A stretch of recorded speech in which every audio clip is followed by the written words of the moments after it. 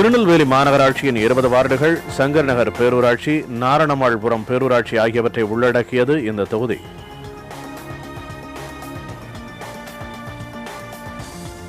மாநில தலைநகர் சென்னையிலிருந்து சுமார் 630 கிலோமீட்டர் தொலைவில் உள்ளது. புகழ்பெற்ற சிவாலயமான நெல்லையப்பர் திருக்கோவில் இத்தொகுதிக்கு தனித்த அடையாளத்தை தருகிறது. தென் மாவட்ட கல்லூரிகளை ஒருங்கிணைக்கும் மனோன்மணியம் சுந்தரனார் பல்கலைக்கழகம், மாத்திதா இந்து கல்லூரி, அரசு கால்நடை ஆராய்ச்சி மையம், மிகப்பெரிய ஏரி போல் பறந்து விரைந்திருக்கும் நயினார்குளம், கங்கை கொண்டானில் உள்ள தொழிற் பூங்கா, சங்கர் நகர் சிமெண்ட் உற்பத்தி தொழிற்சாலை போன்றவை இத்தொகுதிக்கு சிறப்பு சேர்க்கும் பிற இடங்களாக இருக்கின்றன. விவசாயமே இத்தொகுதியின் பிரதான தொழிலாக இருக்கிறது. திருநெல்வேலி சட்டமன்ற தொகுதியில பிரதான தொழிலா விவசாயம் இருக்கு.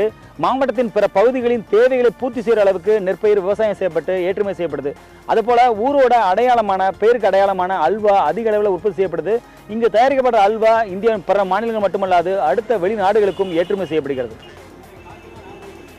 திருநெல்வேலி தொகுதியின் மொத்த வாக்காளர்களின் எண்ணிக்கை 2,62,942. இவர்களில் ஆண்கள் 1,29,743 பேர், பெண்கள் 1,33,180 பேர், மூன்றாம் பாலினத்தவர் 19 பேர். இந்த தொகுதியின் தற்போதைய சட்டமன்ற உறுப்பினர் அதிமுகவை சேர்ந்த நயினார் நாகேந்திரன்.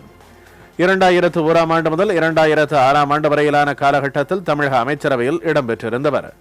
கட்சியின் மாவட்ட செயலர் உள்ளிட்ட பொறுப்புகளை வகித்தவர். இந்த தொகுதியின் ஒட்டுமொத்த நிலவரத்தை பகிர்ந்து கொள்ளும் பொருட்டு நம்மோடு இணையவிருக்கிறார் திருநெல்வேலி தொகுதியின் அனைத்து பகுதிகளுக்கும் பயணம் செய்து தகவல்களை திரட்டியுள்ள செய்தியாளர் நாகராஜன்.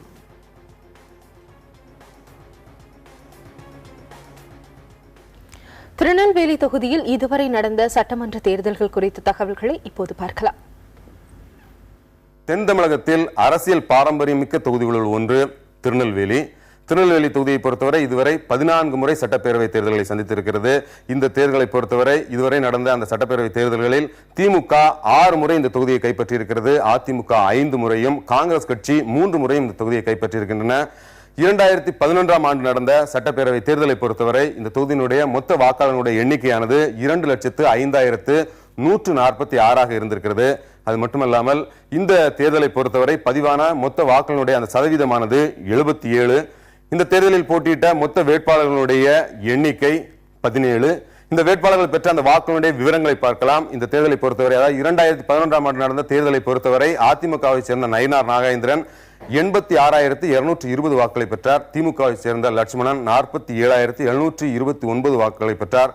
ஜார்க்கண்ட் முக்தி மோர்ச்சாவை சேர்ந்த வேலம்மாள் 7,771 வாக்குகளை பெற்றார். அந்த அடிப்படையில் அதிமுகவை சேர்ந்த நயினார் நாகேந்திரன் இந்த தொகுதியினுடைய சட்டப்பேரவை உறுப்பினராக தேர்வு செய்யப்பட்டார்.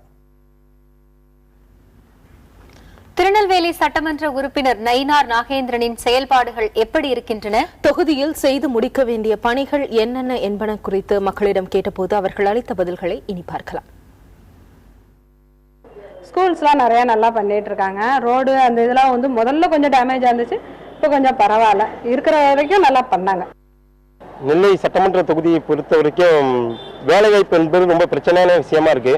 இங்க இருக்கக்கூடிய பேட்டை கூட்டுறவு நூற்பாலைகள் கடந்த இன்னும் ஒரு 30 வருடங்களாக அது மூடியே கிடக்கக்கூடிய சூழல் இருக்கு. அந்த பேட்டை கூட்டுறவு நூற்பாலையை திறந்தாலும் இங்க இருக்கக்கூடிய ஏராளமான இளைஞர்களுக்கு வேலை வாய்ப்பை கொடுக்க முடியும். ஆனா கிட்டத்தட்ட ஒரு 4-5 எம்எல்ஏக்கள் மாறி மாறி வரும்போதையும் அவங்க சட்டமன்ற தேர்தலை சந்திக்கும் போது மிக முக்கியமான கோரிக்கையாக வாக்குறுதியாக அந்த பேட்டை நூற்பாலையை தான் சொல்றாங்க. ஆனா இதுவரைக்கும் அது நிறைவேற்றப்பட முடியாத சூழலே இருந்துகிட்டு அப்படிங்கிறத பாக்குறோம். வரக்கூடிய காலங்களில் பேட்டை கூட்டுறவு நூற்பாலையை திறப்பதற்கான நடவடிக்கையை சட்டமன்ற உறுப்பினர் எடுக்கணும் அப்படிங்கிறத அதுக்கான அரசு எடுக்கணுங்கிறத கேட்டுக்கிறோம். நாங்கள் வந்து பல வருஷ கனவாக இருந்தது. வஉசிங்கிற ஒரு பெரிய சுதந்திர போராட்ட தியாகிக்கு அவர் மணிமண்டபம் கட்டி தரணும் அப்படின்ட்டு கோரிக்கை வச்சுருந்தோம். அது நல்லா அவருடைய பீரியடில் வந்து திறந்து வச்சுருக்குறாங்க. வேலைவாய்ப்பெல்லாம் இளைஞர்களுக்கெல்லாம் ரொம்ப கம்மியாக இருக்குது. வேலைவாய்ப்பை மட்டும் அதிகரித்து கொடுத்தாலே நம்மளுடைய தொகுதி நல்லாயிருக்கும். இதை விட்டுட்டு போனால் தொகுதியை பொறுத்தவரை கிராமங்கள் வரைக்கும் இருக்குது. கிராமங்கள்லாம் வந்து அன்றாட வேலைக்கு போனால் தான் சாப்பாடுங்கிற அளவில் இருக்குது. இன்னும் கொஞ்சம் வேலைவாய்ப்பு அதிகரிப்பு கொடுத்தாங்கன்னா இதை விட நல்லாயிருக்கும். இப்போ எலெக்ஷன் வருதுங்கிறப்ப தான் எல்லாம் ரோடெலாம் போடுறாங்க. இவ்வளோ நாள் குண்டும் குழியுமாக தான் எல்லாமே கிடந்தது. இப்போ தான் அவசரமாக எல்லாம் பண்ணுறாங்க.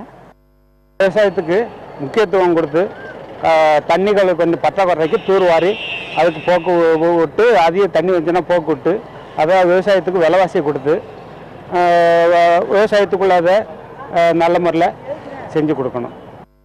அவர் எல்லா கோயில்களுக்கும் தர்மம் செய்வார்.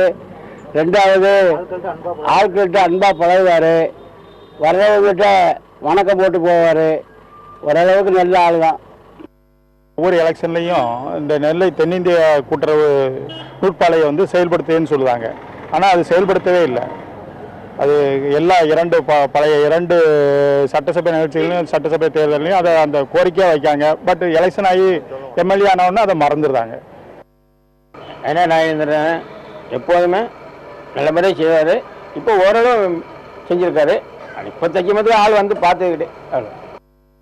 இங்கேருந்து திருநெல்வேலியிலேருந்து ஒருத்தன் புது பஸ் ஸ்டாண்டு போனோம்னா இங்கேருந்து ஜங்ஷன் போய் புது பஸ் ஸ்டாண்டுக்கு 9 ரூபா கொடுத்து 15 ரூபா கொடுத்து தான் புது பஸ் ஸ்டாண்டு போக முடியும். த்ரூ டைரக்ட் பஸ்ஸு கிடையாது டவுனுக்கு. எவ்வளோ கோரிக்கை சொல்லுவாங்க, யாருமே அதெல்லாம் கேட்கறதே இல்லை. இந்த 4 ரத வீதி மேற்கு பகுதிக்கு போகக்கூடிய வாகனங்கள் பூரா ஒரே சாலையில போய்கிட்டு இருக்கு. எனவே அதிகமான நெருக்கடி என்பது ஏற்படுது. இதற்கு மாற்றத்தை கொண்டு வரணும். ஏராளமான ரிங் ரோடுகள், புறவழிச்சாலைகள் ஸ்கீம் இருக்கு. ஆனால் ஆட்சியாளர்கள் 2 பேரும் மாறி மாறி ஆட்சி பண்ணாங்களே தவிர இந்த ஸ்கீம் ரோட பத்தி சிந்தனை இல்லை. இந்த விபத்துகளை தவிர்க்கணும், சாலையை அகலப்படுத்தணும், குறுகிய சாலையை அகலப்படுத்தணும் அப்படிங்கிற பலமுறை கோரிக்கை வச்சு நடக்கல. எனவே வரக்கூடிய ஆட்சியாளர்கள் அதை பத்தி சிந்திக்கணும்னு சொல்லி கேட்டு.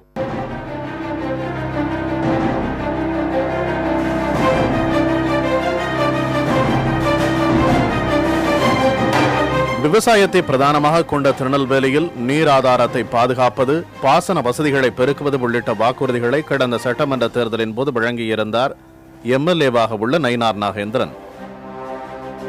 தரப்பட்ட வாக்குறுதிகளை நிறைவேற்ற எடுக்கப்பட்ட நடவடிக்கைகள் என்ன என்பதை அறிந்து கொள்ளும் பொருட்டு சட்டமன்ற உறுப்பினரை நேரடியாக சந்தித்தனர் தொகுதிவாசிகள்.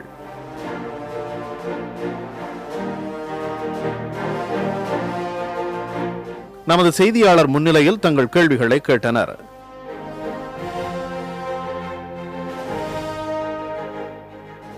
தாளையத்தில் பேட்டைக்கு ரிங் ரோடு போட்டான்னு சொன்னீங்க. இப்போ எந்த நிலைமையில் இருக்குது? தாளையத்தில் இப்போ போக்குவரத்து நெருக்கடி ரொம்ப அதிகமாக இருக்குண்ணாச்சு. அதனால் அந்த திட்டம் இப்போ எந்த நிலைமையில் இருக்குன்னு கொஞ்சம் சொல்லுங்களேன். தமிழ்நாடு முதலமைச்சர் இதயம் புரட்சித் தலைவர் அம்மா அவர்கள் கடந்த சட்டமன்ற கூட்டத்தொடரிலேயே 250 கோடி ரூபாய் செலவில் 250 கோடி ரூபாய் செலவில் திருநெல்வேலி குற்றாலரோடு இணைப்பதற்கும் கோபாலசமுத்திரம் வழியாக நார்வேலோடு இணைப்பதற்கும் ஒரு மிகப்பெரிய 250 கோடி ரூபாய் செலவில் அந்த திட்டத்தை தீட்டியிருக்காங்க. வெகு விரைவில் அதுக்கான பணிகள் ஆரம்பிக்கப்படும்.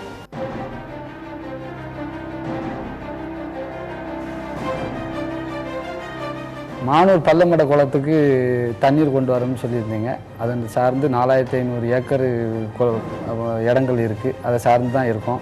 அது கொண்டு வரோம்னு சொல்லியிருந்தீங்க. அது என்ன நிலைமையிலே இருக்குன்னு கொஞ்சம் மானூர் பள்ளமட குளங்களை பொறுத்தவரையிலும் தமிழ்நாடு சட்டமன்றத்தில் இதயம் புரட்சித்தலைவர் அம்மா அவர்கள் சட்டமன்றத்தில் இருக்கும்போது மானூர் பள்ளமட குளங்களுடைய நிலைமையெல்லாம் எடுத்து சொன்னதை அதை முழுமையாக கேட்ட புரட்சித்தலைவர் அம்மா அவர்கள் உடனடியாக அம்மாவுடைய அனுமதியோட அண்ணா பல்கலைக்கழகத்தினுடைய துணையோட உதவியுடனும் மாராந்தையிலிருந்து ஒரு 74 கிலோமீட்டர் கால் நிறைய என்கரேஜ்மெண்ட் இருந்துச்சு. அதெல்லாம் தூர்வாரி அதனுடைய அடிப்படையிலும் ஏற்கனவே தனியார் நிறுவனங்களோடு சேர்ந்து அந்த கால்வாயை தூர்வாரின் அடிப்படையிலும் கடந்த 2 வருடங்களாக தொடர்ந்து மானூர் பள்ளமட குளங்கள் பெருகிட்டே இருக்குது. இதுக்கு முன்னால் ஒரு 70-80 ஆண்டுகளுக்கு முன்னால் ஒரு தொடர்ந்து பெருகினதும் கிடையாது. ஆனால் இதுக்கு முன்னால் என்னென்னா ஒரு 4 தடவை 5 தடவை தான் அந்த குளம் பெருகிருக்கு. ஆனால் இந்த 2 தடவை தொடர்ந்து பெருகணும். இதுதான் முதல் முறையாக பெருகிருக்கு.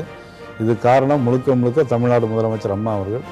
இதையும் தாண்டி நிரந்தரமாக இந்த குளங்கள்லாம் தண்ணி வரணுங்கிறதுக்காக கிட்டத்தட்ட 1120 ஏக்கர் பரப்பளவு உள்ள இந்த குளத்திற்கு 4500 ஏக்கர் பாசன வசதி கொண்ட இந்த கிராம பகுதிகளுக்கு மேலும் 4 கோடி ரூபாயை புரட்சித்தலைவர் அம்மா அவர்கள் தந்து கடந்த மாதம் தான் அதனுடைய பணிகளும் தொடர்ந்து இப்போ நடைபெற்று கொண்டிருக்கிறது. எல்லா இடங்களையும் சட்டர்களும் கால்வாய் தூர்வாரப்பட்டு எல்லா ஆக்கிரமிப்புகளும் எடுக்கப்பட்ட அடிப்படையில் குளங்கள் இது கடந்த 2 வருடங்களாக தொடர்ந்து பெருகி கொண்டிருக்கிறது. இனி வருகின்ற காலங்களிலும் தொடர்ந்து மானூர் பள்ளமட குளங்கள் பெருகும். அந்த பகுதி பெரும்பான்மையான மக்கள், விவசாயத்தை நம்பியிருக்கின்ற மக்கள் அவர்கள் நிரந்தரமான ஒரு தீர்வுக்கு வழிவகுக்கும் என்பதை நான் தெரிவித்துக் கொள்கிறேன்.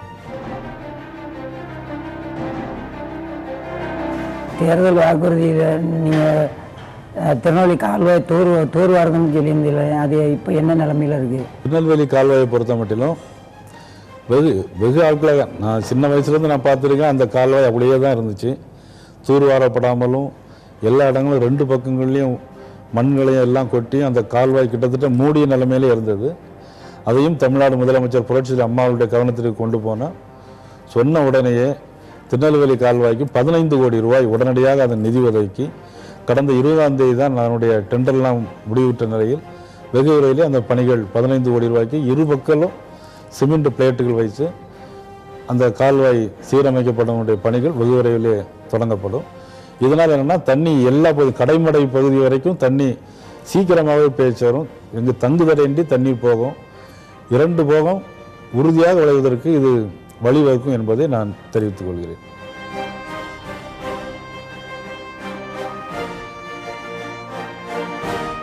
கங்கை கொண்டான் சிப்காட்டை பொறுத்த மட்டும் புரட்சித்தலைவர் அம்மா அவர்கள் முதலமைச்சராக இருந்த காலகட்டத்தில் தான் அந்த தொழிற்சாலை இந்த சிப்காட் அங்கே வளாகம் அமைக்கப்பட்டது. அங்கே முதலாக கொக்கோகோலா கம்பெனி கொண்டு வரப்பட்டது.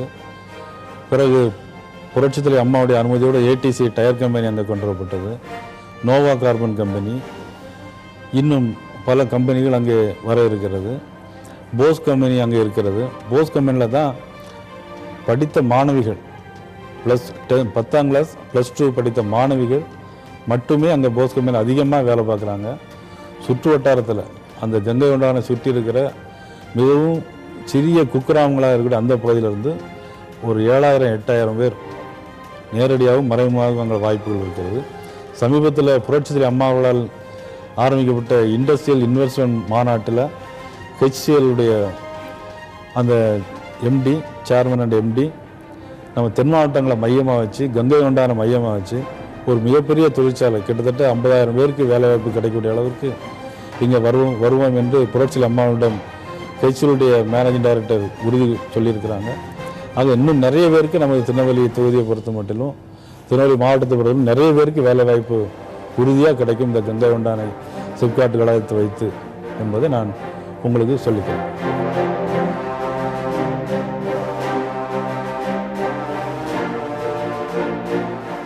நீர்வழித்தடங்கள் சீர் செய்யப்பட்டதால் நிரம்பி இருக்கும் மானூர் குளம் பகுதிக்கு நேரடியாக அழைத்துச் சென்றும் விளக்கமளித்தார் எம்எல்ஏ.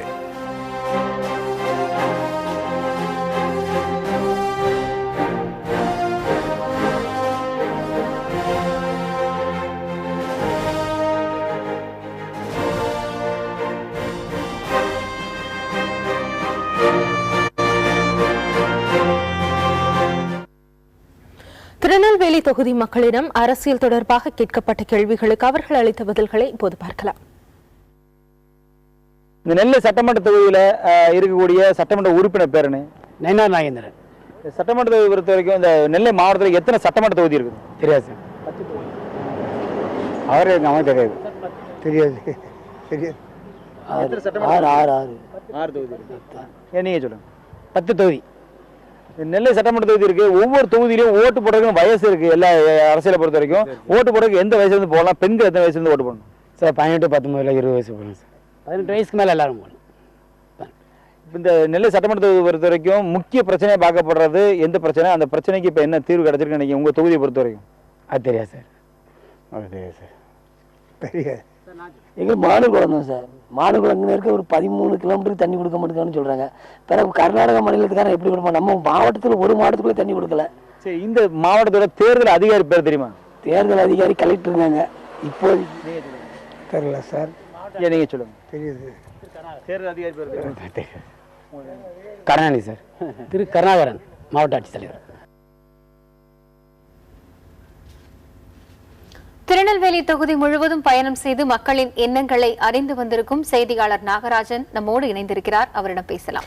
நாகராஜன், தொகுதியின் ஒட்டுமொத்த நிலவரத்தையும் மக்களின் எதிர்பார்ப்புகளையும் பதிவு பண்ணுங்க. கண்டிப்பா திவ்யா, திருநெல்வேலி சட்டமன்ற தொகுதியை பொறுத்த வரைக்கும் ஒவ்வொரு முறையும், அதாவது இங்கு திருநெல்வேலி சட்டமன்ற தொகுதியை வெற்றி பெறும் கட்சி தான் தமிழகத்தில் ஆட்சி அமைக்கும் என்ற கோட்பாடு மாதிரி தான் அமைகிறது. அது ஒவ்வொரு கடந்த ஒரு 6-7 சட்டமன்ற தொகுதிகளிலும் வெற்றிகளிலும் சட்டமன்ற தேர்தலிலும் இந்த வெற்றி அப்படித்தான் பிரதிபலிக்கிறது. எனவே முக்கிய தொகுதியாகத்தான் தமிழக அரசியலில் இந்த நெல்லை திருநெல்வேலி தொகுதி பார்க்கப்படுகிறது. இந்த நிலையில் இந்த சட்டமன்ற தொகுதியை பொறுத்த வரைக்கும் வேலை வாய்ப்பு என்பது மிகுந்த எதிர்பார்க்கக்கூடிய ஒரு விஷயமாக பார்க்கப்படுகிறது. ஏனென்றால் இங்கு மிகப்பெரிய அளவில் பிரதான தொழிலாக இருக்கக்கூடிய அந்த விவசாயம் தவிர மற்றபடி மிகப்பெரிய தொழில் கிடையாது. எனவே இங்கு படிக்கும் மக்கள் மாணவியர்கள் கல்லூரி மாணவர்களும் சரி அதற்கு அடுத்ததாக போக வேலை வாய்ப்பிற்காக வெளி மாநிலங்கள் மற்றும் வெளி மாவட்டங்களுக்கு செல்ல வேண்டிய சூழ்நிலை ஏற்படுகிறது. குறிப்பாக தமிழகம், பெங்களூர் என மற்ற பகுதிகளுக்கு செல்லக்கூடிய சூழல் உள்ளதால் இங்கேயே அதற்கான வேலை வாய்ப்புகளை உருவாக்க வேண்டும் என்ற எதிர்பார்ப்பு இருக்கிறது. அதற்கேற்ற போலதான் இந்த கங்கை கொண்டானில் தொழில்நுட்ப பூங்கா மிகப்பெரிய அளவில் செயற்படுத்தப்பட்டது. ஆனால் அது மிகப்பெரிய அளவில் வேலைவாய்ப்பு வழங்கவில்லை என்று மக்கள் தரப்பில் குற்றச்சாட்டப்படுகிறது.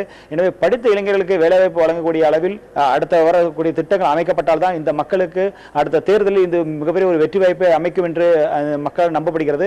அதே போல தாமிரபரணி நெல்லை மாவட்டத்தின் நீர் ஆதாரம் அது குடிநீர் இந்த சட்டமன்ற தொகுதி மட்டுமல்ல ஒட்டுமொத்த இந்த மாவட்டம் தாண்டி மற்ற பகுதிகளுக்கும் மிகப்பெரிய நீர் ஆதாரமாக விளங்குகிறது. எனவே அதில் கழிவுநீர் கலப்பதை தடுப்பதற்கான நடவடிக்கைகள் எல்லளவும் எடுக்கப்படவில்லை என்ற ஒரு குற்றச்சாட்டு தொடர்ந்து வைக்கப்படுகிறது. அதற்கான முயற்சிகளை முன்னுரிமைகளை கொடுக்க வேண்டும் இந்த அரசு என்ற எதிர்பார்ப்பு இந்த மக்களிடையே இருக்கிறது. இதே போல ஒட்டுமொத்தமாக சொல்லப்படும் பொழுது வேலைவாய்ப்பு அதே போல கல்வியிலும் அரசு பள்ளிக்கூடங்களில் மிகப்பெரிய அளவில் அதாவது ஆதிதிராவிட பள்ளிக்கூடங்கள் இயங்கக்கூடிய பள்ளிகளில் இன்னும் போதிய ஆசிரியர்கள் இல்லை என்ற குற்றச்சாட்டு இருக்கிறது. எனவே இந்த மாதிரியான அடிப்படை தேவைகளை பூர்த்தி செய்ய வேண்டும். அதே போல கிராம சாலைகள் நெடுஞ்சாலைகளில் எல்லாம் அந்த சாலைகள் தற்பொழுது வரை அந்த பழுது நீக்கப்படாமல் பல இடங்களில் காணப்படுகிறது. எனவே அந்த இடங்களில் அதற்கான பழுதுகள் நீக்குவதற்கான பணிகளை உடனடியாக செய்யப்பட வேண்டும் என்ற எதிர்பார்ப்பு அந்த மக்களிடையே இருக்கிறது. இவ்வாறு பல்வேறு எதிர்பார்ப்புகள் இருக்கிறது. குறிப்பாக பேட்டையில் இருக்கக்கூடிய நூற்பாலை தற்பொழுது வரை திறக்கப்படவில்லை, வெறும் அறிவிப்பாக மட்டுமே ஒவ்வொரு தேர்தலிலும் இருக்கிறது. எனவே இந்த மாதிரி வேலை வாய்ப்புகள் வழங்கக்கூடியவும் வேலைகளை செய்யக்கூடிய தொழிலகங்களையும் தொடர்ச்சியாக இயங்குவதற்கான நடவடிக்கைகளை எடுக்க வைக்க வேண்டும் என்ற எதிர்பார்ப்பு இந்த மக்களிடையே ஒட்டுமொத்தமாக இருக்கிறது. காயத்ரி, தகவல்களுக்கு நன்றி நாகராஜன். திருநெல்வேலி தொகுதி மக்களின் மனநிலையை இன்றைய கும்மிடிப்பூண்டி முதல் குமரி வரை பகுதியில் பார்த்தோம். திருச்சி மாவட்டத்தின் லால்குடி மற்றும் மதுரை மாவட்டத்தின் மேலூர் தொகுதிகளில் பயணம் செய்து தகவல்களை திரட்டி வருகிறார்கள் நமது செய்தியாளர்கள். அவர்கள் தரும் தகவல்களை நாளை பார்க்கலாம். தொடர்ந்து இணைந்திருங்கள் புதிய தலைமுறையில்.